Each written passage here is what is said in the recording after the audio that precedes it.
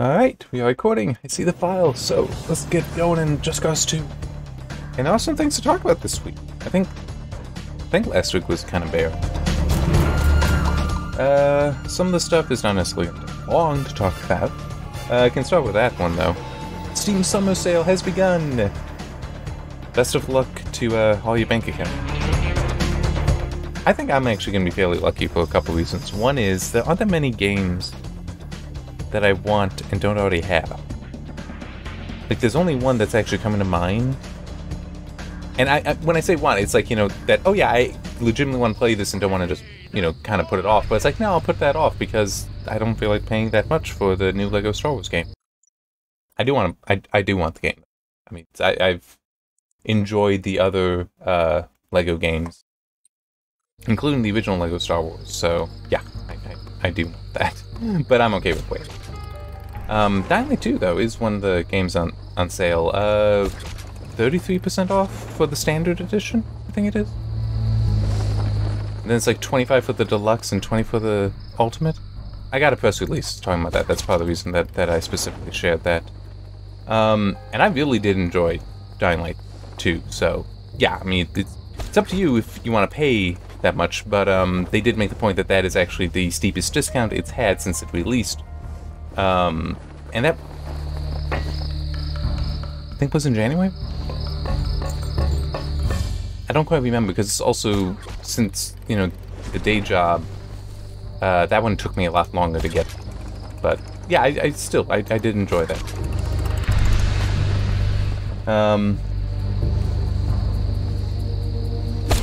But yeah, I mean, as I actually did say in the Friday thing I put out, that, you know, if you don't want to spend the money, just look at the games currently in your library that you haven't played yet and got so that you could play. I got so many of them. I really do. I'm just like, I've got 3 in particular that I purchased recently, where it's like, I know 2 of them are installed. I don't know about the third one. Third one I might not have installed, but that would be for a little wonky of a reason. It's an old game I got on GOG, and it's like, I just don't know if it'll run well enough at the moment. I don't feel like fighting with it. If it isn't. But, I still haven't played, and I legitimately do want to, Galciv 4, and I did buy that, just in case I was wondering. I did purchase it. Okay, I'm not gonna deal with that one. I actually was kind of hoping that it would be something else. Where is it? I thought that no, it's all the way down there. Alright, we'll just do it. Well, not there.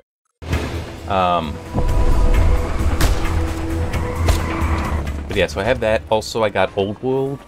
And that is actually, so both Galciv 4 and that are installed. I just haven't played them yet because I've not had the time. Or not taken the time. I do have reasonably good hopes for both of them.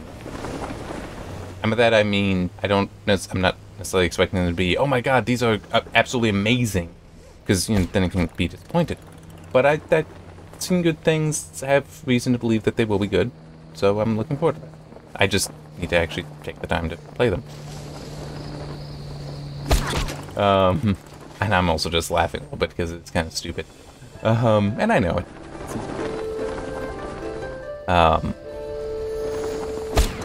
The Tiny Tina's Wonderland is also on sale, which I don't know if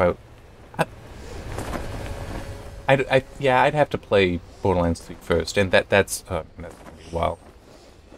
Because the way I want to do that is by first replaying Borderlands 1 and 2,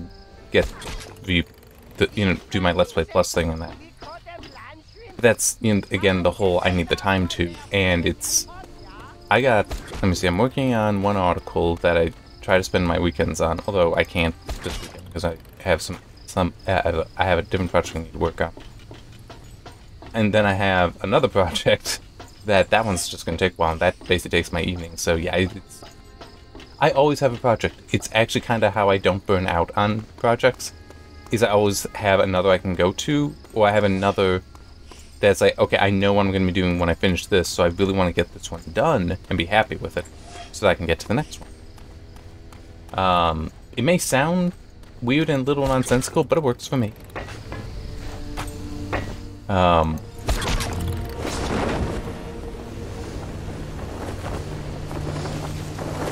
let's actually, you know, well, grab these, but... Oh, is that only the one? There's you? Yeah, there is another one over there. Yeah, it's weird. Like, every single one of these bridges in the game has that. Perfect. Okay, so that was one of the things on the list. Yeah, let's do it that order. So the PCIe 7 spec has been announced as coming in 2025? Was like they have their goals. I think it is like in that 2025 is when it's going to be like officially released, and that's when you can start seeing hardware use it. And yes, PCIe 7. We're still barely seeing PCIe 5 in the market, and PCIe 6 is not really a thing for products yet either. But this is what PCI SIG kind of promised that they were going to start doing again, because they admitted they screwed up with PCIe 3/4, depending on how you want to look at it. But that's right. My friend, a job for someone with your skills. I want you to break into a military compound and download some data from one of the computers. An easy enough task, I would think.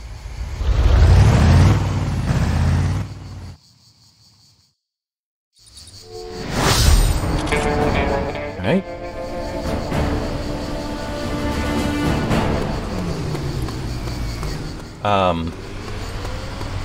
PCIe 3 was far longer lived than they meant, and it was longer lived than they should have let it be. Which is why they have since taken on a cadence of every 3 years a new spec. Now you're gonna be sorry. Because that's what it was supposed to be, basically. Even with PCIe 3, it was supposed to be every 3 years, and they just didn't. Between PCIe 4 and 5, well, 4 and 5, 5 and 6, and now 6 and 7, it's that 3-year cadence. But it is also, as I point out, that the consumer's not even going to know the difference between some of these. I would say PCIe 4 is hard enough to saturate. PCIe 3 can be hard to set. I'm saying, yeah, some storage stuff is going to push that, but for the majority of what you do, you're not going to notice the difference. But these faster PCIe specs... They are panicking! They have set the hard drive for self-destruct! Oh, great. Get the data before it is wiped! Oh, this is a problem for me.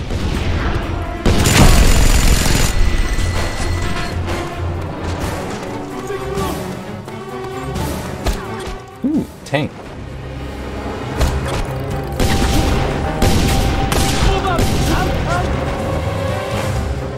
Okay.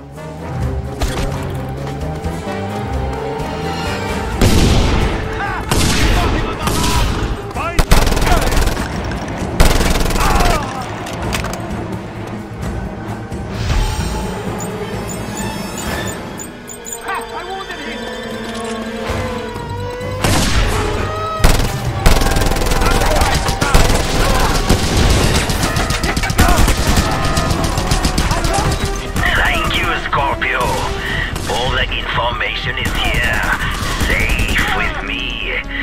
The data will bring a great future to the roaches. Alright.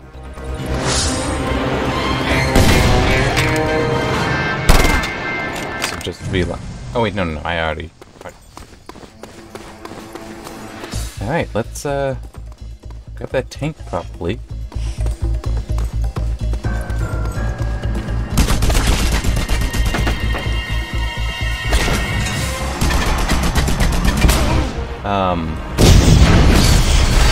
But yeah, so PCIe 7 and probably 6 too are almost certainly going to be more of a data center kind of thing, where it's facilitating very high-speed communication between systems. Like, I think it was mentioned 800 G, so I assume gigabyte, or gigabit, sorry, Ethernet for PCIe 7. And it is a doubling of 6. That's how the standards are for PCIe, that they double the rate of whatever was before. So that would mean PCIe 6 would be theoretically capable of 400. We don't need that. I mean, that's insane. That is something that a data center would need. A consumer wouldn't, and there's nothing wrong with that. But I will say this, and it's something that I don't know why you don't see it applied in consumer parts today. Because it could. It would be more expensive, but it's like, yeah, but the benefits would be amazing. If, you could in theory have a PCIe 7 CPU, let's say, with, was it 28 lanes that you typically are seeing out of a consumer CPU? Okay. Let's make it 32 though, just the math will be a little simpler. Okay, so let's say it's 32 out of PCIe 7. Sorry, 16 out of PCIe 7. That doubles. That you can mux that so that it doubles to 32 PCIe 6, which could then be doubled to 64 PCIe 5, 128 PCIe 4, and you may notice that by this point we are talking about HEDT levels of PCIe connectivity. Okay, I don't know why you're not seeing that in. I mean, it's like technically you could do that with the current Intel chips with PCIe 5. You could decide, you know what, we're just going to have that be, you know, have muxing, and this isn't necessarily an Intel decision. It would actually probably be done by the motherboard manufacturers. But if you muxed it down to 4, that's double your connection. You went down to 3, which I don't think that a company would do for various reasons. Just PCIe 4 would look better. But if you did that, I mean, that's a lot of storage potential.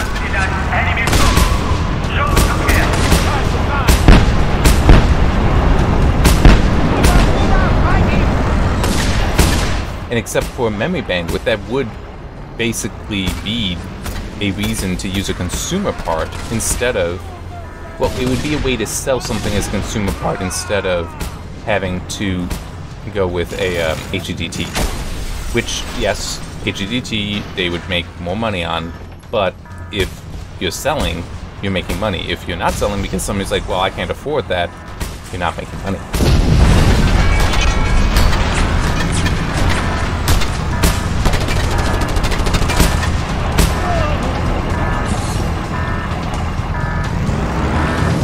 Are there any more coming down? There might be more around, but are there more?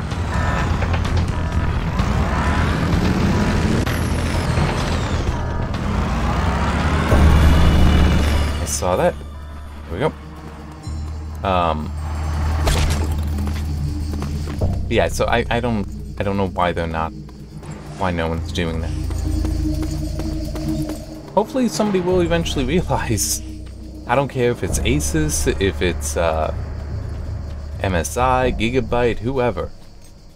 But hopefully eventually somebody realizes, you know, if we do this, that would be a selling point. I mean, it really would. You know what, actually, I don't.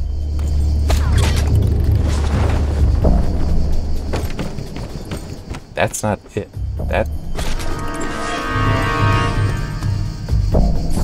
I've got 2 more things. Oh, well, there's one right there.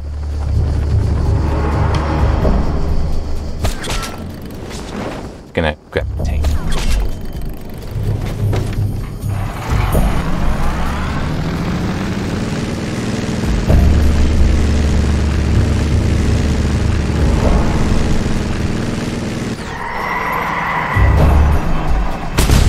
Okay.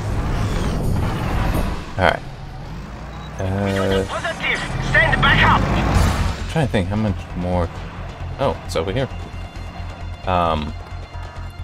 There's 1 or 2 more.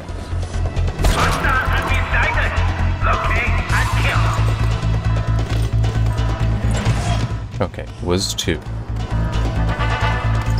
I'm not always sure if they are evenly up. If the percentages are even. Or like sometimes destroying something that might count more than a pickup. I've been down there, so go this way. There it is.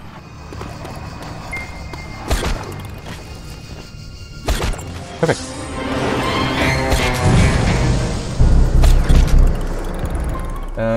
Next thing on the list is interesting, but doesn't mean a whole lot yet. But it will. It will. Hey, I want to pull up the map. Yeah, let's go like that. So DirectX 12 and Vulkan. This news was that somebody left a comment, one of the people working with Kronos on Vulkan, left a comment on their GitHub talking about some of the design goals, I guess you could say, for the mesh shader extension.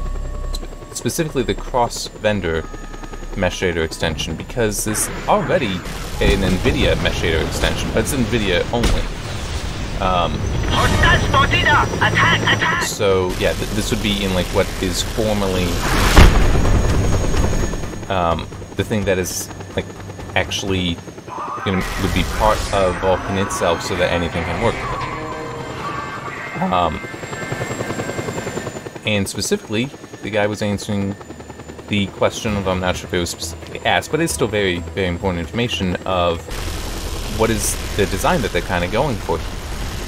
And it is actually going to be very similar to DirectX 12's design for mesh shaders. And this is completely intentional, because by doing that, you basically already know now how it works. So that's going to be easier conceptually, at least for a developer who...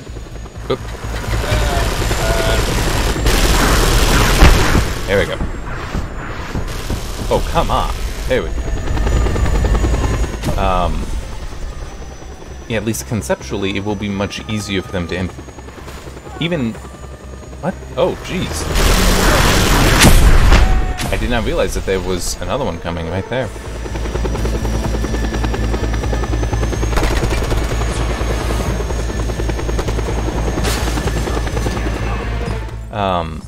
Now it is a little bit different, so there's still gonna be, it's still gonna be the 2-stage kind of concept to it, with one stage being the mesh shaders and the other, they're calling them tasks shaders, but they're essentially the amplification shaders.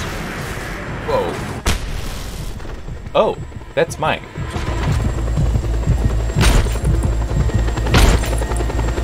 The guy got up there and stole it from me. I hate it when that happened. How he got up here, I don't know, but he did.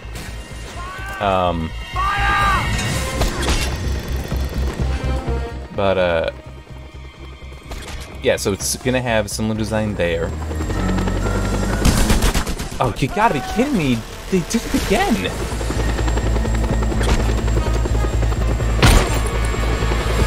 I missed it.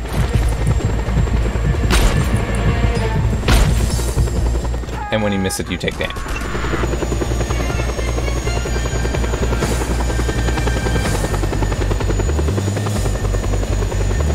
Request for air support granted. Damn it, I'm just gonna go. I can come back here.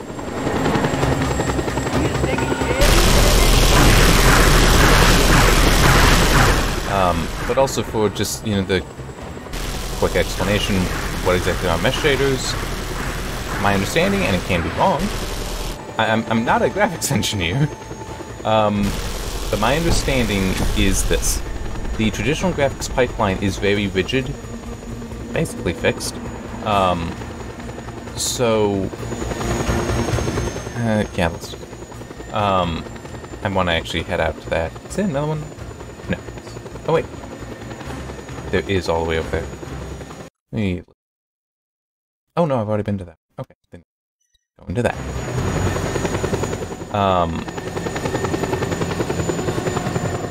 Let's do this first. this facility here. Well, no. I can come back and do that one very easily. I can't. I need a helicopter to get out to this. As I was saying, that the traditional graphics pipeline, like what this is using, is fixed. It's rigid. So certain things are done in a certain order. So, like, one example is a mesh actually doesn't have, if I remember correctly, the edges connecting the vertices. Those actually don't exist. Those aren't stored. It's just the vertices. I mean, maybe some are stored for certain specific stuff, but it's mainly just a cloud of points. So there's actually a shading step, because shading just refers to computation being done, that connects all of them. And that's how you then have it be completely triangled, right? Well, that obviously would need to be done early on. And it needs to be done at one point in time, and it's like then certain things can happen after that. Well, the thing is that technically there is some work that could be done at the same time that could be done before, for example, culling. You could actually have an idea of what you don't need that early. And I think that is actually one of the things that was applied in 3D Mark's mesh shader feature test. Feature test. To show off, what exactly mesh shaders are capable of.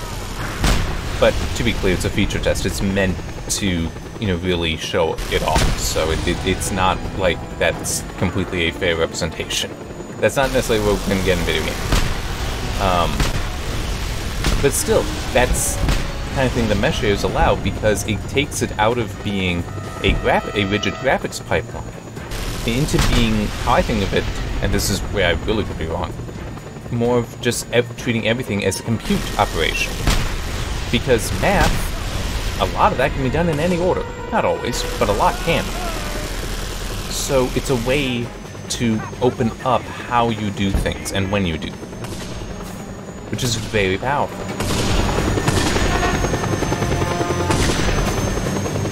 So that's why, the task shader step, the amplification shader step, in the case of DirectX, that's why it,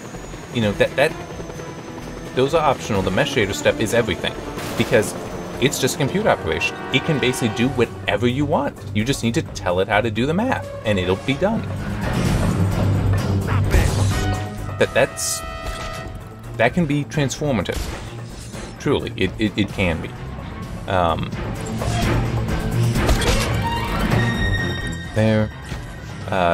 So this is significant, them figuring out, okay, how we're going to implement this in Vulkan so that arbitrary Vulkan supporting hardware and mesh shaders supporting hardware can use it.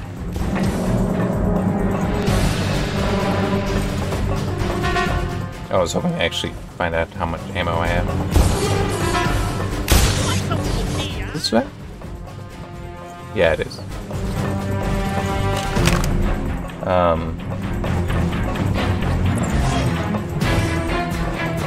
It also, I think I saw somewhere, it might have been in the Pharonics article, which is what I first saw. It might have been somewhere else, though, a comment to it even. Somebody making the point that part of the reason that they might be trying to replicate the DirectX 12 design is for something like VK-D3D,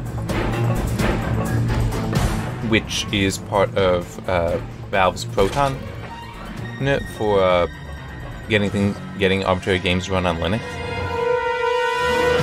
I think that's... Oh no, it is just O. So VK-D3D is like DXVK, in that it takes the DirectX draw calls and translates them to work with Vulkan instead. But VK-D3D targets specifically DirectX 12, whereas DXVK is 8, 9, 10, and 11. I think it's 8 is in there. I know 9, 10, and 11 are. I'm confident on 11, actually, now that I think about it. I'm not certain on 11. Yeah. And Valve's Proton thing, which is necessary for the Steam Deck, that it's taking advantage of that kind of stuff. So having similarity there would probably help with some elements of the design. Sorry, with some elements of using such a translation. And I think I'm correct in calling it a translation layer. It was worth every minute. There's a lot of different things involved. So it's like there's a translation layer, which is different from emulation, which is probably different from another thing, and it just... I might be misquoting, misnaming something, and I don't mean to, it's just I don't remember.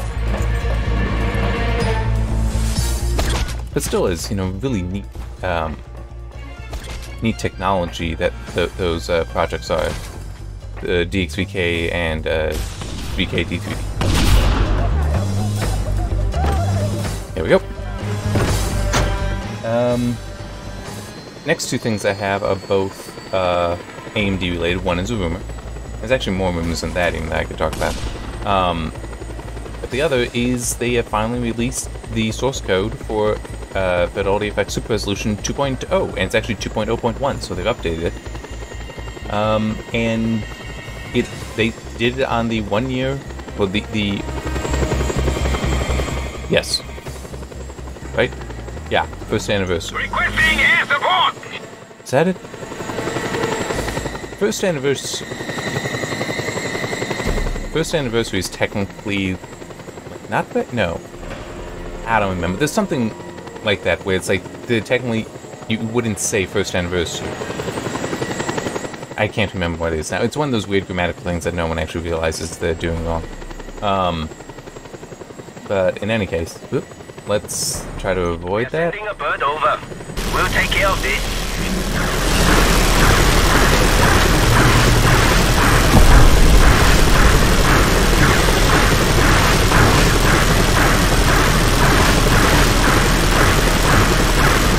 I have to start closer. If I hit it, I'm not in good shape.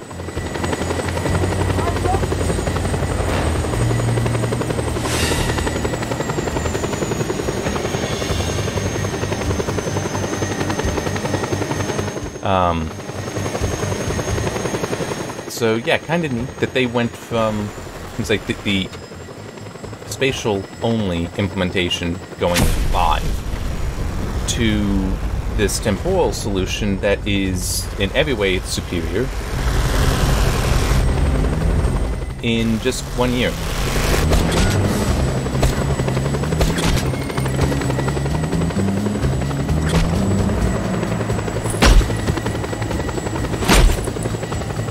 And it also said one things they are in, well, FSR is in over 110 games that are either available now or upcoming, which is pretty neat for 1 year.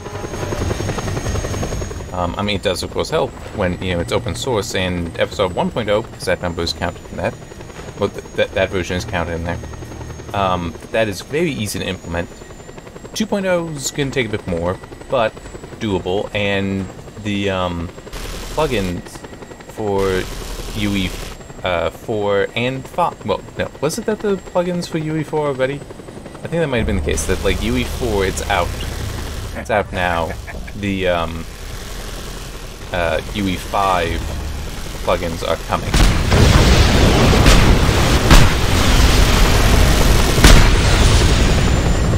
And it is also already in the Xbox game development kit.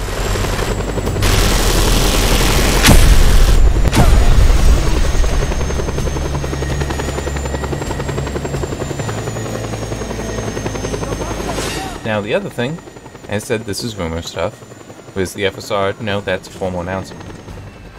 It's an interesting idea, and it is possible. It's just, it's hard to say. But the rumor is that AMD might be considering bringing Zen 4 to AM4. Now, you might be wondering, how is that possible? Well, in some ways, AMD's already, you know, already has the groundwork for it to be possible because of the chiplet design. That potentially, if you can hook Zen 4 chiplets up to the I/O die that's used in Zen 2 and Zen 3 products, so that's Ryzen 3000 and 5000.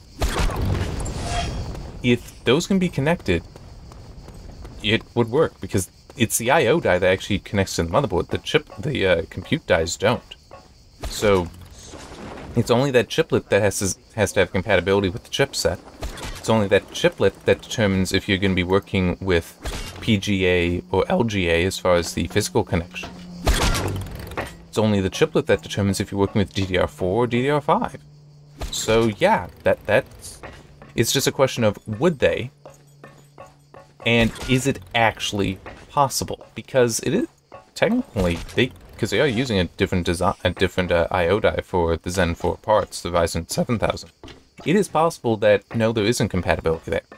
The footprints of the compute dies also, when it was held up, did look different than what you see for Zen 2. I think it is very similar in size, the compute dies, but not quite the same. So it's not like you could just drop it onto the same substrate. No. It would need to be something. It would need a different substrate. But technically, it could be done. But will they do it? That's almost impossible to say, because it's like, okay, it would allow them to sell more, and it would make a lot of people very happy that then don't need to upgrade their motherboard or their RAM. But it also would mean that AMD is not selling chipset as much. So yeah, it would kind of come down to, one thing is, do they want to, you know, put a stick in Intel's eye about the whole, I mean, you break compatibility like every half generation even with your chipsets. I mean, Intel's kind of nuts with that. But with this, it's like, you know, we're on a completely different platform. You know, it's like we've made a completely different platform, but we're going to support the older platform anyway. And and I have seen some people speculate on this, and it is kind of reasonable, that AMD could be having that in their back pocket in case, come on, brain turnover, in case DDR5 pricing doesn't get under control. Like, if that's kind of crazy yet, at the time they want to release, this could be a way to address that, where they can still move this stuff, they can still have the release, a Zen 4 release, but it would be on DDR4 instead of DDR5.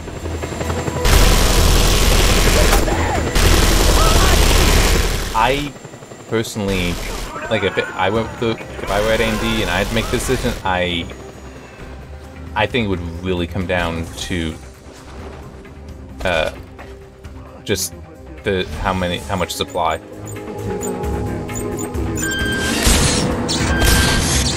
That if it were yeah, we can, you know, comfortably do both, then it's like, alright, we'll do both. Okay. I was not sure if I was going to get away from that. Design for. That's all. But this is nothing. This chopper is not going to survive much longer. But if it's like, no, if it's like, we would have a launch of, like, say, 1 million units. It's like, well, we want to, you know, it's like, we can expect to sell 750,000 of those quickly. It's like, no, it would not be worth it at that. Because then it's like, I mean, you wouldn't want to have only 250,000 go to this, and now you're completely sold out. It's like, well, no, you want to be able to keep selling these. It's that whole, you don't want to cannibalize your own products. So, yeah, I mean, it would be a numbers game. And sometimes those numbers, you know, are favorable in one way, and sometimes they're not. Another rumor, well, not exactly a rumor, but a statement, was that for the GPUs, I did look at the quote. It was much earlier today, though, so I don't remember exactly what it was. All the wording, but concerning GPUs, and basically, are they going to increase the power usage for the upcoming 7000 RX 7000 series? And it was basically saying that, yeah, we will, because NVIDIA is, but we're not going to increase it as much because AMD gave themselves a goal with RDNA that each generation they improve the efficiency by a factor of 1/2. So RDNA is 50% more efficient than Vega. RDNA 2 50% more efficient than RDNA 1, and RDNA 3 is to be 50% more efficient than RDNA 2. So they're basically saying that, yeah, we will increase the power limits, the power usage, but we're not going to have to increase as much as NVIDIA. But part of the reasoning, it seemed, was also the whole, because that's just how the market is going, that we are allowed to do that, that people will still buy these products even as we increase that the power draw there, because not everyone, sometimes using more power like that is a reason that people won't purchase a product. Hang in there! Backup is arriving shortly! You know what? We're just gonna go underneath you. Now we're gonna come up behind you. Wait. Ah, it's down here.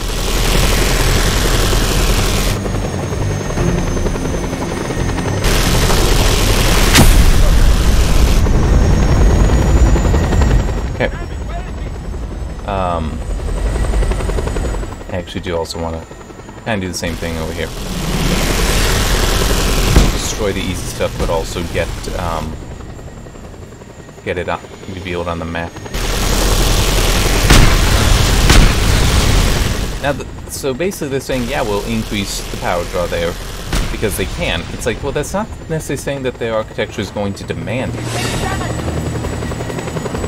Or that, you know, where they will, because it's possible that that's only going to be reserved for the Halo products. It's the very top end. Which I hope is the case, and that the lower top end and just, you know, middle ground cards at those, I really hope that they are much more reasonable in their power draw, that we don't have, you know, 300 watt monsters there, or 400 watt, well, I don't want 300 watt monsters at, you know, what's supposed to be the $200-300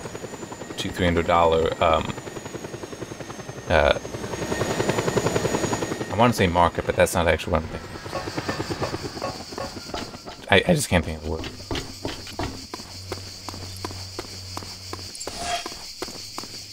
Yeah, but yeah, it's just the whole.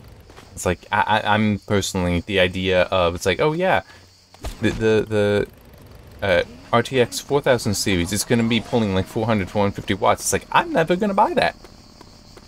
It's like, no. Okay, I mean, I don't need to have that much power usage for a GPU. I don't need to have that much heat put out by a GPU. So hopefully both sides, you know, NVIDIA as well, are just like on the top end. They're going to do that. Everywhere else it's going to be more reasonable. Scorpio, I've got some business for you. Way up this in one. The sky, if you're interested. I know what this is. It's actually kind of it's an interesting mission.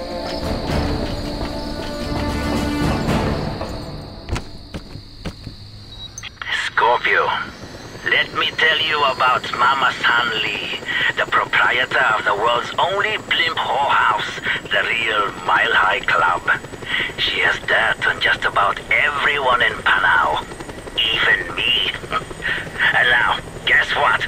She's got some nasty dirt on the president too. We want you to get your hands on that info.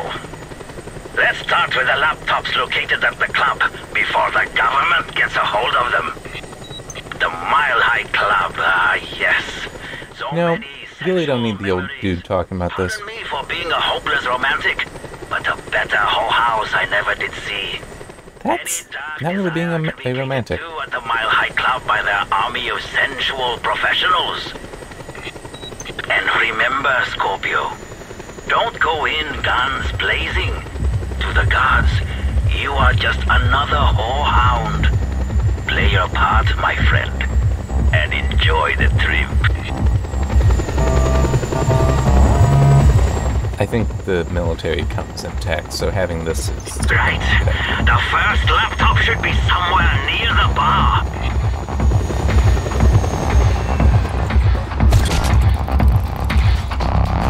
I don't have a timer, at least at the moment, so grab what I can.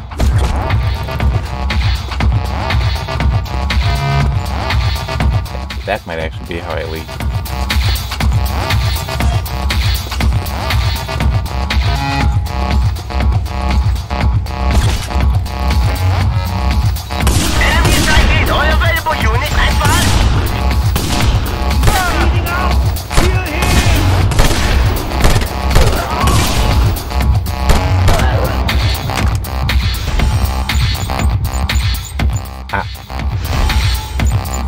Keep doing that.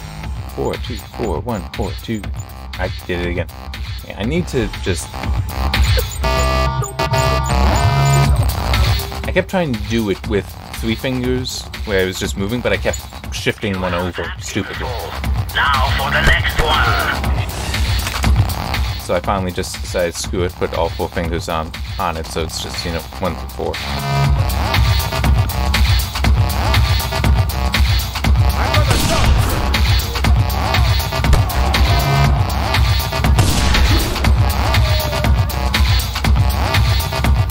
By the way, in case you're wondering, there's no way in hell a submachine gun would be that accurate. They're not designed to. No machine gun's really designed to be accurate. They are meant to just put a lot of lead up very quickly, downrange, and hit whatever's there.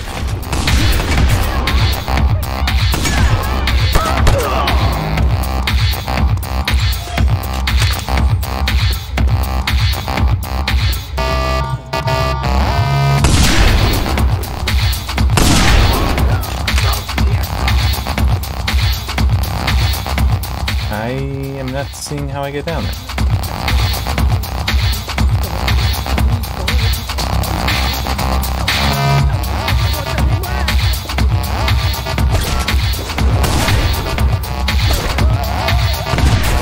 I'll worry about it a little later.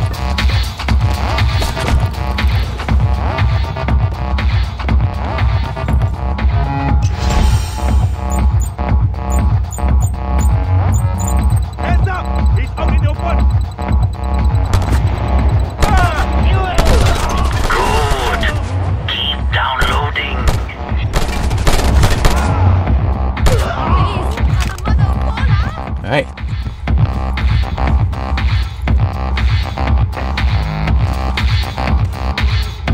So I can see right there that there is something down there. I don't know how to get.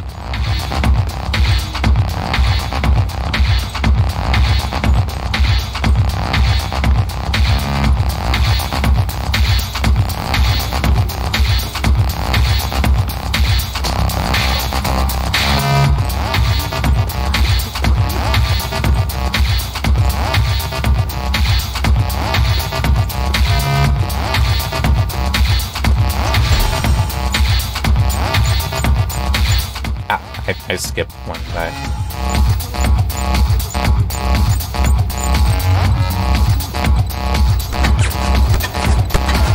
Enemy located! Ooh, juicy stuff. That's the last piece of the pornographic puzzle, my friend. Juicy indeed. The nice men have rigged her to blow, Scorpio. I cannot allow such an end to this fine establishment.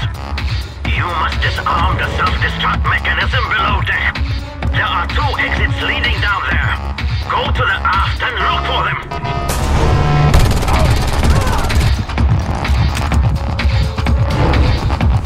Okay. There! You must set upon that bomb in order to disarm it! Hurry!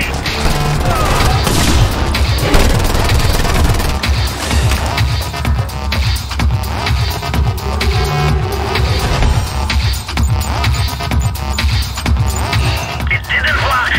Quickly, shoot the bomb mountings!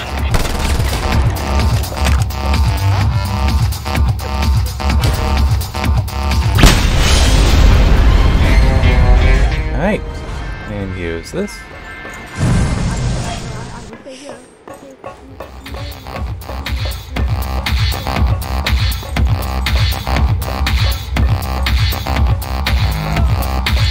I'll probably be stopping soon, but I do want to clear this off first. But I am unsure what all is left.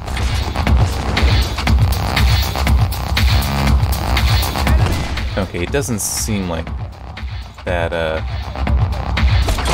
indicated anything to pick up, so let's just grab the helicopter and blow stuff up.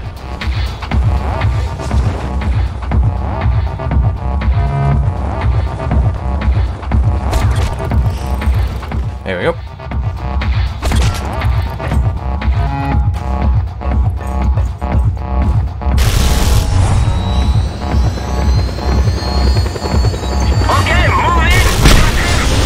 Okay, that was it.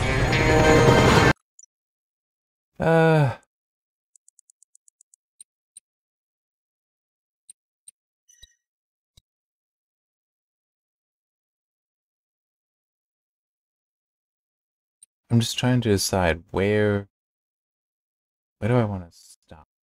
You know what, let's... I at least want that. But I was trying to decide, if I stop in this, then that'll leave me well in this zone. That'll leave me well set up for going to the next, for taking care of the two more here. But if I move to other zones, then I can start working towards the agency, which is the proper campaign.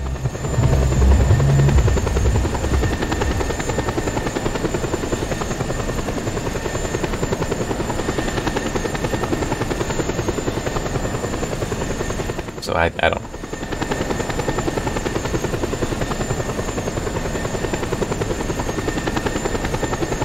I think I will just see what I can do here. If this is a place that I've already just destroyed some stuff in, so I can pick stuff up, or if it's a place I still need to destroy stuff. By the way, I'm gonna want to clear it out, because that's what I like doing. I like doing that.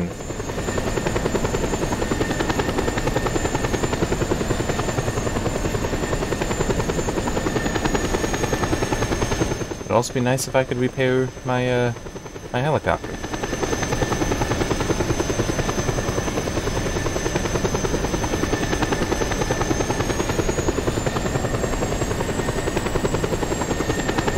Hey, there's one more thing I can talk about, even though it won't be seen.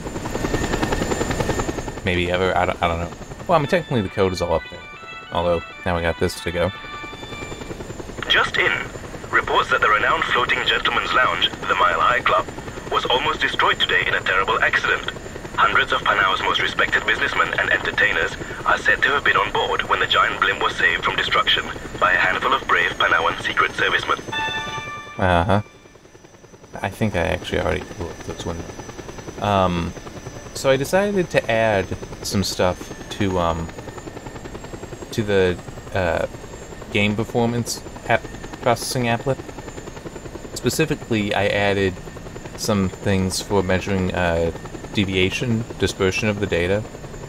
So standard deviation is one, standard error is another, and I'd kind of, it's like I knew about those stats, and it's like, do I want that in there? I don't really know. I don't use it that much. I don't know. Stuff like that. Didn't really feel like adding. But then, when I was just looking at something, I saw something else. I saw another stat. It's like, you know what? This sounds interesting. And it's like, yeah, I'll take the time. I will put these in there. But as I said, I actually have that in there, but they're disabled. So, yeah. I mean, it's not really gonna be used.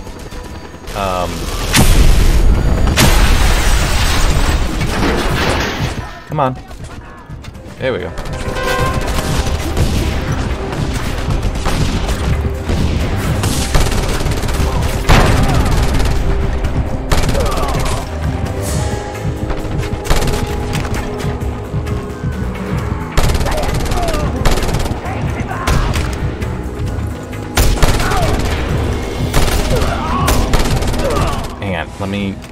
not be a threat away from death. Okay. There we go. This other statistic is called median absolute deviation. And part of why when I saw this, it sounded interesting, potentially worth using, is it's described as being more robust than some other measurement, which makes sense, because part of how it works, it's not going to be so sensitive to outliers. Standard deviation would be more sensitive, because it's... So, okay, the standard deviation is the sum of... well, it's the overall square root of the sum of the differences between the mean of the sample and every value in the sample. Okay? So you take the mean of the sample and then you subtract... yeah, you subtract that from every observation, every measurement in the sample. Add that all up, and then you divide by the, oh wait. Yeah, that's actually how it works. Sorry. That's the numerator. Just that difference between the mean and every observation. The sum of all that. That is divided by the square root of the number of samples. Okay? So the size of your data set. The reason why it's the square root there is because it's actually the square root of... Where are these shots coming from? And why are they just cutting through me?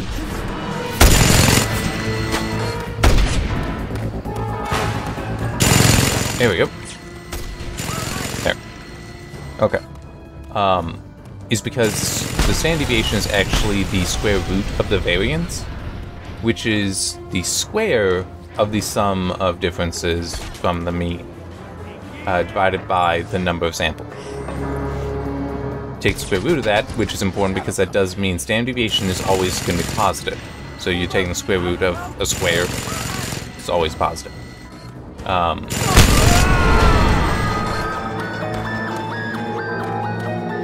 So yeah, then just the direct standard deviation, it would actually, if you do that directly, not technically through variance, it would have to be the absolute value of the difference, but blah, blah, blah, blah, blah, whatever. This median absolute deviation is similar in design. But instead of being the mean, it uses the median. And the median is just the 50% mark of the data, so it's half the data is to one side, half the data is to the other. And that is, the thing that's nice about that is it's completely positional, so it doesn't care about the specific values. So outliers don't influence it. The mean does consider the values. So an outlier that's great enough, or enough outliers that are great enough, can really throw off the mean, and I have data that shows that. Even in a video game performance data, you can see that. But it's definitely going to happen in some other data that I have. And it's like, that would make, you know, that this other stat a bit better. So it said, you know what, that is interesting. I'll include that now. And also, you can just, I made it its own table. That's also in its own tab. So, well, it can be in its own tab. So it's like, you know, I can add in other, if I find other deviation measuring statistics that I feel like adding, I could, and just put them all in there. I don't know if I ever will, though. I mean, I don't really know how much I want to use that stuff, because I don't really like the idea of trying to explain how some of it works. Part of that is the whole I don't have a statistics background, so I don't think I could ever do an adequate job. But part of it is also, it is really going to make much sense for one or two graphs that I use. The frequency plot is the one that they would make the most sense on. Technically the QQ plot as well. A way to think of it is, because I currently do show the a slope for a line that just connects from the 1% low to 99% high. Technically, the standard deviation would be directly related to that slope. So I could actually just functionally, that the standard deviation does also, it gives you the same information that slope does. Well, similar information, same concept to the information. In theory, this MAD thing, the median absolute deviation, same idea. It gives you what is that slope. How much does the data spread out from a central point?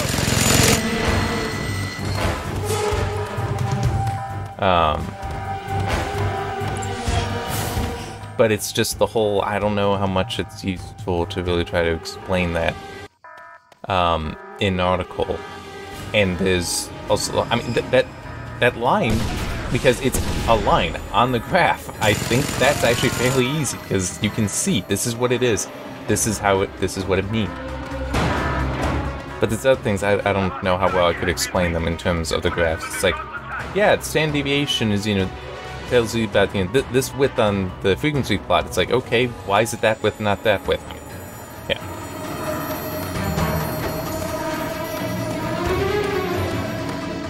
And as I said, I don't know how much I'll end up using it, but at least it is thinking about that line and that slope in that way, that's a measure of the deviation, is helpful. I think that is helpful, because it's like that's what that is. That's why having a lower value is good, though exactly where what the line is between it being good and being bad, I have no idea what that.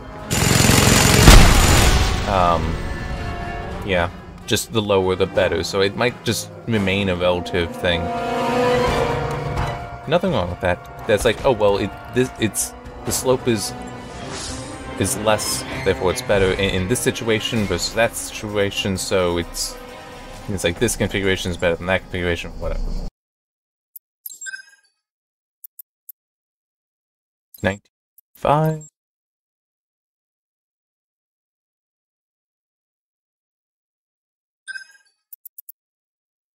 Hey, I'm actually under an hour. I don't know how I managed that. But here, just one thing, because going back to what I started with, the Steam Summer Sale, I have a collection now, a tag, really, in Steam that are to play. So these are the games that I want to get to at some point. I got things like AI War Fleet Command, Ark Survival Evolved, which just was free a week or two ago. Back for Blood, Batman Arkham Knight, Conan Exiles, Control, Dead Island games, Deadpool's on there. Deus Ex games, including Human Revolution. I've already played that, but not the Director's Cut. Dragon Age Inquisition. I don't want to read through all of them. Fable Anniversary, Far Cry 5. Grey Goo. I even remember getting that, and I do actually want to play that, I just haven't. Hitman Absolution. I've played some of that, but never all of it. The Incredible Van Helsing games. No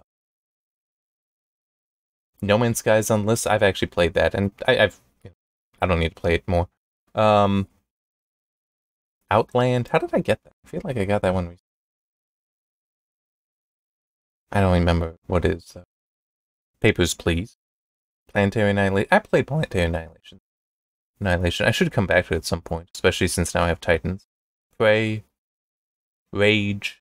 I've got Rage 2 on the Epic Games Store, I think. And I do want to play that. I have played Rage. I did not finish it, though. Risen 3, Titan Lords. Yeah, some of these are actually games I have played, but it's like, yeah, keep them there. Play them again sometime. Screen Cheat. Played that a little bit. That actually is kind of fun. Snake Pass. That I can actually move. I played through. Yeah, I played all through that, I think. I'll leave it there for now. Sonic Generations. I've not played all the way through that. Strange Brigade. Yeah, want to do that. Styx, Shards of Darkness. That I played the previous one too, and I enjoyed that, so I do want to play that. I just haven't gotten to it yet. Oh, that I can. Wolfenstein Old Blood. I have already played that. I even did some recordings in it. So yeah, plenty of games that are there, and it's like, I acknowledge I want to play these at some point, and then it's way more that are just uncategorized. Yeah. I do not need to grow this. So yeah, I will probably not be spending money in the Steam sale. And we'll see. There might be something where it's like, yeah, okay, I will get that.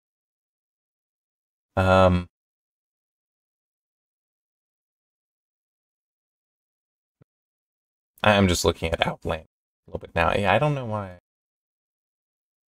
Why necessarily have that on my... And look at my wish list. Some of these games are like, yeah, they'd be fun, but it's like, I've got other things that are close enough. I don't really need them. Like an Astroneer, don't really need that. But I'll leave it on there. Some that I do legitimately want to get, like God of War, but I don't feel like spending $40 on that. Oh, I can remove this one, right? I think I have that.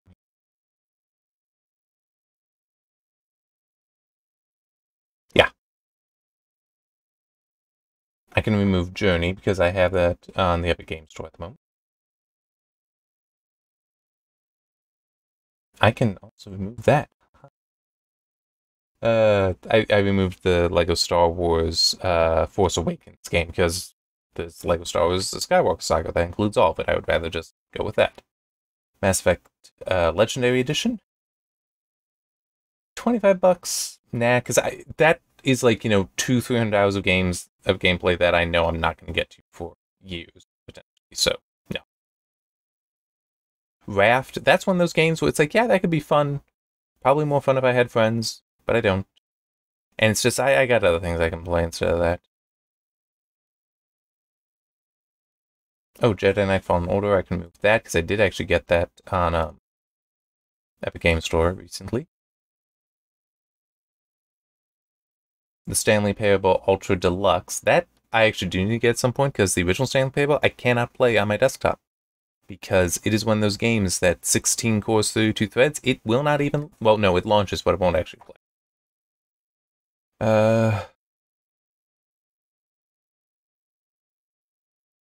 Vanquish, that's actually $5. That one could be done. That's just, one of those... Is it Platinum game? I actually don't remember who made that now.